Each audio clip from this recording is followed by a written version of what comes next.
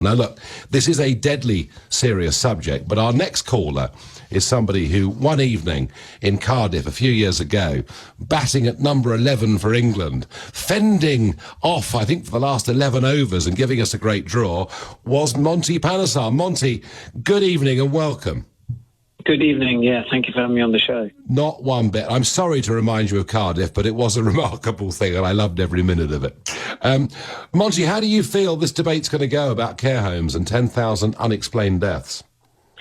Yeah, I think Boris kind of neglected, the care homes and the hospices, with PPE kits, and he kind of focused on making sure that, the NHS, wasn't overwhelmed, and because that's, one of our sort of, this country's, symbols, the NHS.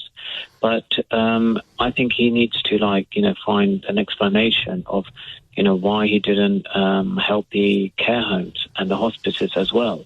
And I think, I think, what Boris is doing, he's gradually putting the responsibility on the people now. He's kind of saying that, sorry guys, but he's shifting the responsibility of this COVID virus from the government, to the people. Well, but overall, of course, if we get a reoccurrence and if infection rates go up, I agree, Monty, it'll be our fault, won't it? We won't have taken the advice. But in this case, it's more difficult for him to do so. Is there a personal reason why you feel so strongly on this, Monty? Well, I think, one of my good friends, Devon Malcolm, his father kind of passed away in one of the care homes as well. And then I started to, obviously, when something like that happens, you kind of look into more detail of why aren't the care homes getting the PPE kits, why aren't they getting sufficient, equipment there? When then I've been in touch with some of the PPE companies as well, and they said we've got physical stock in the UK, but we just can't get it to the government. Can you maybe help us get it to the government, find a government contact that could, buy these PPE kits from us and give it to the care homes?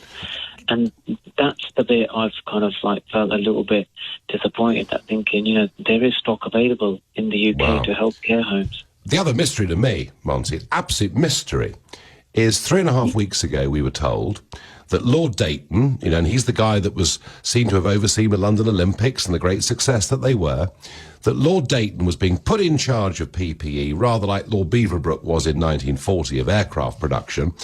And here's the odd thing. You get a guy with a big CV, you're told he's in charge of PPE, we haven't heard a word from him. It's all very odd, isn't it?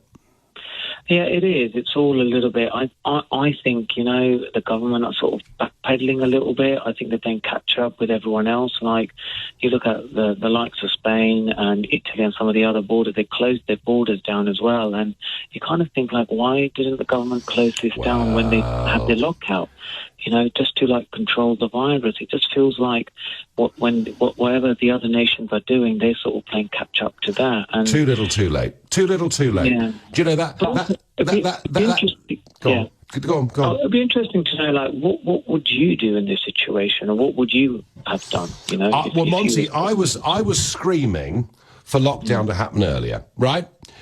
Because I was seeing what was happening in Italy. I was reporting about it every day here on LBC, and that 3 or 4 day dither that we had before when we knew it was coming, and voluntarily some of us were doing it, but that 3 or 4 day dither, during that period, infection rates doubled in the United Kingdom. So I think that was a mistake, and I think that to have allowed 18 million passengers into our airports from all over the world, with only 273 of them being quarantined, I think these were huge mistakes. Look, I'm not pretending that this has been easy. It's an unprecedented thing. But I think Boris's mistake today was not to accept that what Keir Starmer said was true, but to try and bluff it all away. And I think that means he's going to have a very difficult couple of weeks. Yeah, because I think, the next 2 to 3 weeks is going to be crucial to him, his government, and also some people are even saying, if we have a second outbreak, then potentially it could lead to him actually not being the Prime Minister, because they may think he's not making, strong enough decisions. And Maybe what he ought to do, Monty, is rather like a cricket captain who's losing, sack a couple of players, and maybe what he needs to do is to sack Hancock or somebody else. Monty, thanks ever so much for joining us.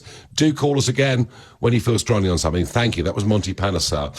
We will make America great again.